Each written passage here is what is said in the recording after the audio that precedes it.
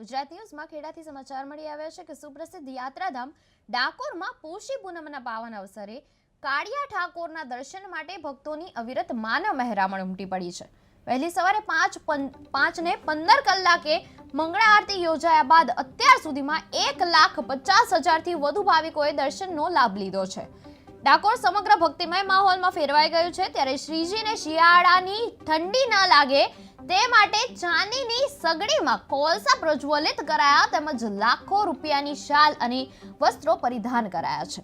ભક્તોને વધુ દર્શનનો લાભ મળે તે માટે મંદિર કમિટી દ્વારા દર્શન સમય વધારવામાં આવ્યો છે અને નવી વર્ષની પ્રથમ પૂનમ હોવાથી ભક્તોએ સુખ, સમૃદ્ધિ અને દેશની પ્રગતિ માટે પ્રાર્થના કરી છે। આજે રણછોડજી મંદિરમાં પૂનમ છે, શું કહેશો?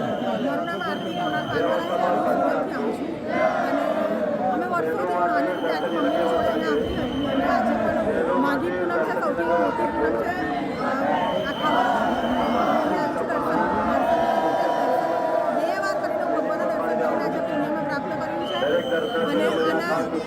મંદિરનું મહત્વ આજે ભગવાનના તમે મંદિરમાં આવો છો તો ડાકોરના સ્થાન પર પણ આવો છો, તમને કંકણમાં ભગવાનના દર્શન થાય છે અને એમની અનુભૂતિ થાય છે।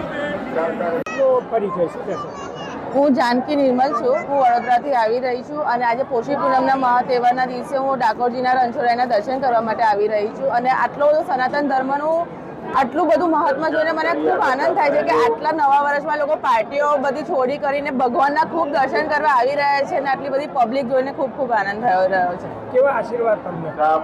મને બસ ઠાકોરજીના દર્શન કરીને એટલી અનુભૂતિ થઈ કે સાક્ષાત ઠાકોરજી અમને બ્લેસિંગ આપી રહ્યા છે કે આવા કળયુગમાં બી તમે અમારા દર્શન કરવા માટે આવીને અમારે